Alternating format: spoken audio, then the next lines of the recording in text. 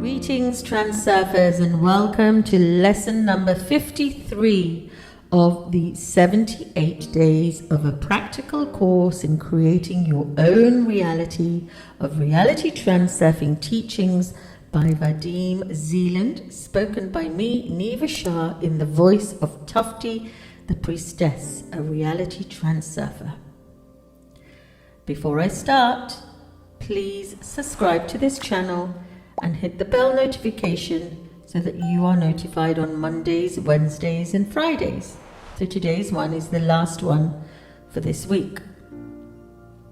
Also, if you look at the description below, you will see that you'll be able to claim a free energized painting painted by me to use for your meditation or just to raise the frequency in your home. You can even use it as a screensaver on your computer.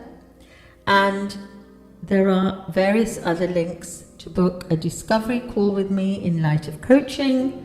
There's some breath workshops that I do and energy transmissions that I give that are all in the link tree below. So do take a look. Back to today's lesson number 53, which is called Shaping Your Destiny. Have you ever thought of destiny like a piece of Play-Doh that you can simply mold to fit your intention, your pure intention? That is actually what happens because you're always manifesting. And when a person takes control into their own hands, their life is no longer dependent on circumstances. Taking control in your own hands means being accountable, being awake, and being aware 24/7 of your state of being, not allowing that to go off balance in any way at all. This takes a lot of work, a lot of dedication, but it can happen. The little ship of life can be steered in any direction whatsoever, away from the fate that is allegedly predetermined for you.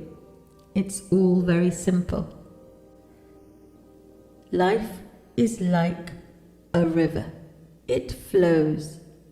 And if you row that boat of yourself by yourself, you can choose whichever direction in which you want to travel, because the oars are in your hand. If you simply give yourself up to the current, let go of the oars, you will have no choice but to float in the direction in which the current decides to carry you. Now, if you want karma, you will have karma.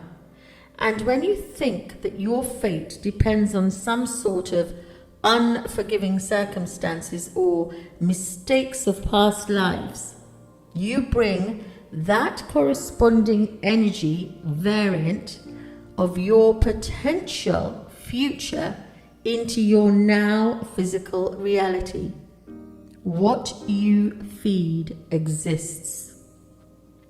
In any moment, you have a choice to decide what energy frequency you are feeding. So your thoughts are extremely important.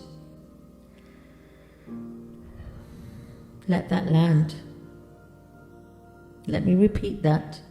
When you think your fate depends on some set of unforgiving circumstances or any of the mistakes you have made in this life and past lives, you bring that corresponding energetic variant vibration of your potential future that is your present now into your physical reality.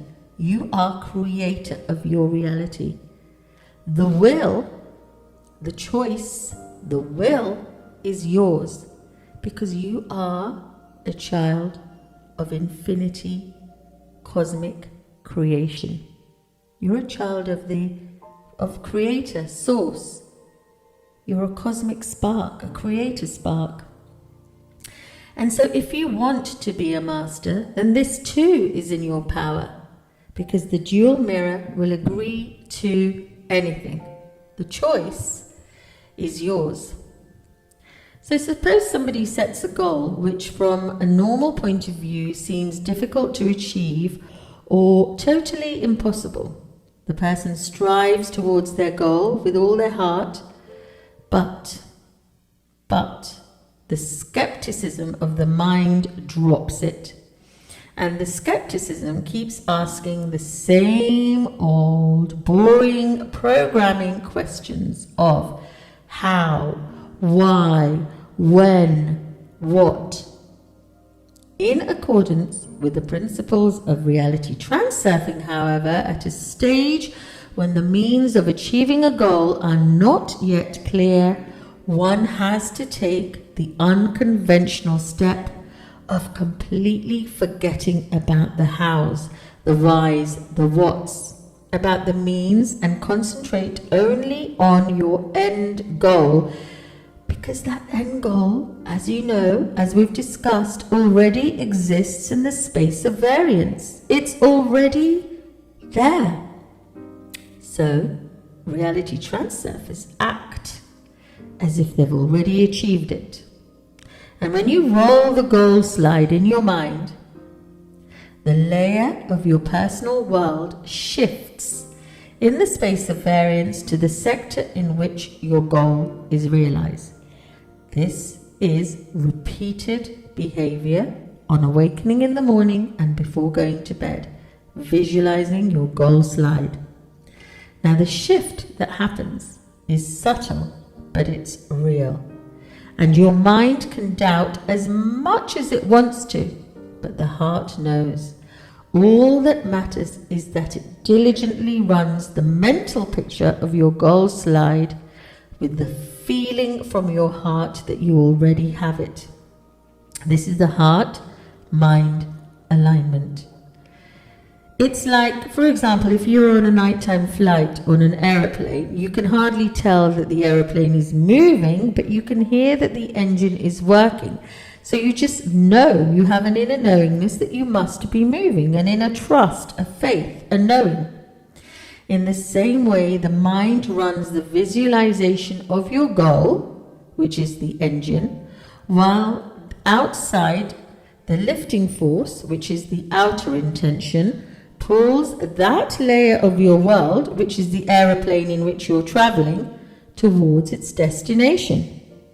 All coming from your state of being of internal belief and knowing and trusting and having faith.